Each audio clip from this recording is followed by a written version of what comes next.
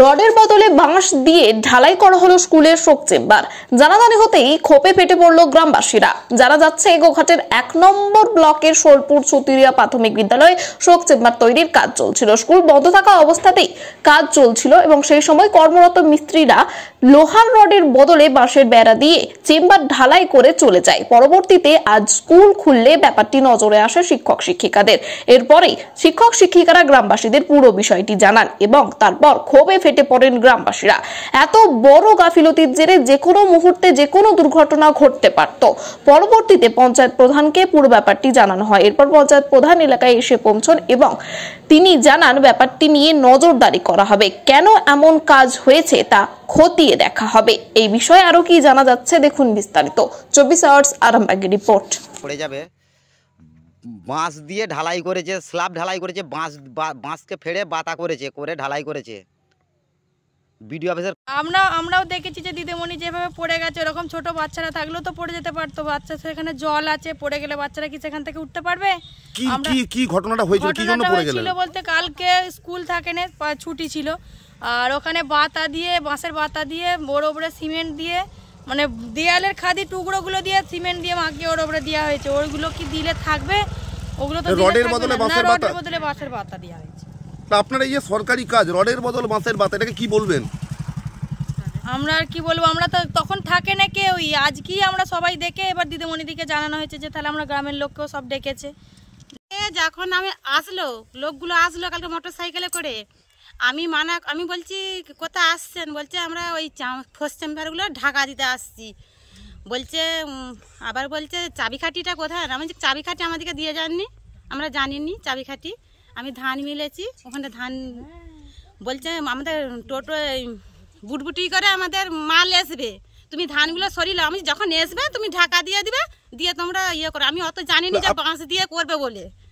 তারপর আমরা মানা করলু, যখন বাঁশ ছিলছে তারপরে 1 ঘন্টা বাদে দেখছি বাঁশগুলো নিয়ে এসে ছিলছে। আমি বলছি এগুলো কী করবেন? বলছে এগুলো ওই চেম্বারে দিয়ে, ফার্স্ট চেম্বারে দিয়ে ঢালাই হবে। দেখছি দু বস্তা সিমেন্ট নিয়ে এসছে, আর কোথায় 1 বস্তা দিয়ে কোথায় বালি, আর ওই টনজিপগুলো যেখানে ফার্স্ট চেম্বারগুলো করেছিল ঢাকনাগুলো, গুঁড়োগুলোকে করে হাতুড়ি করে ঠুকে দেখছি ওইগুলো। তারপর আমরা কেউ থাকিনি, রডের বদল বাঁশের বাতা দিয়ে। তারপর আমরা কেউ থাকিনি, আমরা বাজার গেইনু কালকে। আজকে কি করলো? আজকে এবার আমরা দেখছি টপ টপ করছে, তার উপরে 3 ইঞ্চি রড দিয়ে করছে আর কি। না রড ফটো আমরা দেখিনি বাবু আজকে। বাঁশের বাতায়? হ্যাঁ। এটা কোন জায়গা? এটা সোলপুর চুতুরিয়া। আপনার নাম? বলতে প্রথম নাম্বার আমি বীজবাড়ি জল দিতে আসছিলাম, আমাকে আইসিডিএসের দিদিমণি ডেকে বলে যে দেখো কেমন ঢালাইটা দেখো, দোপছে ছেলেটা যে উঠে পড়েছে। আমি বাবা কি দেখি, এসে দেখি যেই তুলেছি দেখি না তিরপল, ছেঁড়া তিরপল বা বস্তা, সিমেন্টের বস্তা কেটে আর বাঁশকে ফেড়ে বাতা করেছে, করে ঢালাই দিয়েছে। ওর উপরে সিমেন্ট, হালকা করে সিমেন্ট আর বালি দিয়ে, টঞ্চিপ কিছু নেই, রডও দেয়নি, রড কিছু নেই, রডের পরিবর্তে বাঁশের বাতা। আপনাদের মাধ্যমে আমি এই খবর পেলাম, ঠিক আছে। আমি ওখানে তদন্ত করে দেখছি। আর এই কাজটা, টেকনিক্যাল যে কাজটা, এটা আমাদের নির্মাণ সহায়ক করেন। আমি ওনাকে মানে কতটা ইট, বালি, সিমেন্ট যা যে পরিমাণে লাগে উনি জানেন এটা।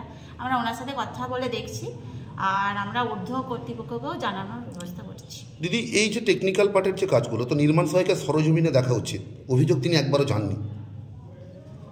সেই জন্যই আমি ঊর্ধ্ব নেতৃপক্ষকে জানাচ্ছি, কর্তৃপক্ষকে, ঠিক আছে, জানিয়ে দেখছি কি করা যায়।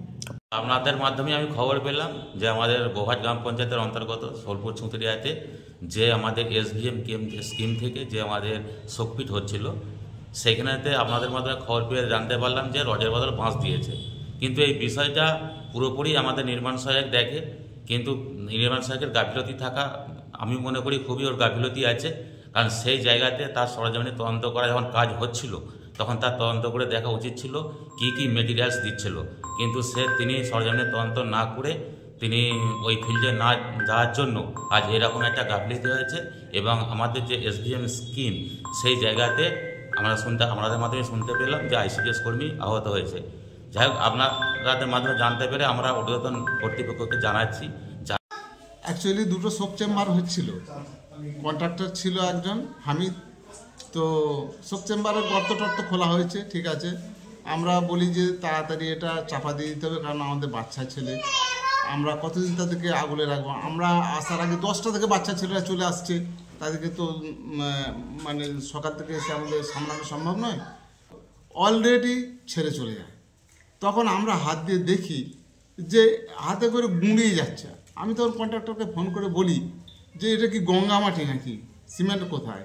তখন বলো ওর নিয়ে চিন্তা করতে হবে না, ও আমরা ঠিক করে দেবো। আমরা ঠিক করে দিলেই ভালো। এবারে গতকাল পতাকা উত্তোলন হওয়ার পর, কাল যেহেতু স্কুল ছুটি ছিল, পতাকা উত্তোলন হওয়ার পর আমরা চলে গেছি। তারপর আজকে এসে যেটা দেখছি যে ঢাকনাগুলোর উপর বাঁশের বাতার মতো দেওয়া হয়েছে, দিয়ে তার উপরে সিমেন্ট ফিমেন্ট একটা ঢালার চেষ্টা চলছিল। রডের বদলে বাঁশ? হ্যাঁ, রডের বদলে বাঁশ। আপনারা এর থেকে তৃণমূল দলটার কাছে কি আশা করেন? এই দলটার নামটাই ফাটা বাঁশের দল। সবেতেই বাঁশ দিয়ে এরা কাজ চালায়, রড দিয়ে এরা কোনো দিনই কোনো কাজ চালায় না। সেই রডের যে অরিজিনাল মূল্য, সেই টাকা কোনো তৃণমূলের দালালের পকেটে ঢুকে গেছে। আর তার সাফার করতে হচ্ছে আইসিডিএস কর্মীকে, আমাদের মতো গরিব মানুষের ছেলে মেয়েদেরকে। এ লজ্জা কার? পশ্চিমবাংলার লজ্জা, মমতা ব্যানার্জির লজ্জা। মমতা ব্যানার্জি তো উপর থেকে বসে বসে বড় বড় ভাষণ মারেন, ভাইয়েরা কাটমানি খাবেন না, কেউ টাকা ছাড়া কথা বলবে না, অনেক কিছু অনেক বক্তব্য উনি দেন, শুনতে পান। কিন্তু উনি নির্লজ্জ মুখ্যমন্ত্রী বলে এখনও চেয়ারে বসে রয়েছেন। ওনার উচিত অবিলম্বে পদটা ছেড়ে দেওয়া, কারণ ওই চেয়ারটার যোগ্যতা ওনার নেই। সন্তানের পরে মন বসছে না, প্রচুর পরিশ্রম করেও আপনি আশানুরূপ পারিশ্রমিক পাচ্ছেন না, যার ফলে আর্থিক সংকট আপনার জীবনে দুঃখ এবং চাপের ছায়া ফেলেছে। আপনাকে সঠিক পথে পরিচালিত করবেন আন্তর্জাতিক খ্যাতিসম্পন্ন স্বর্ণপদক ও স্বর্ণ মুকুটপ্রাপ্ত ডক্টর অজয় শাস্ত্রী। তিনি তাই আর দেরি নয়, স্ক্রিনে দেওয়া নাম্বারে এখনই ফোন করে ডক্টর অজয় শাস্ত্রীর সাথে যোগাযোগ করুন। কে জানেন, হয়তো একটি মাত্র ফোনই আপনার জীবনকে বদলে দিতে পারে।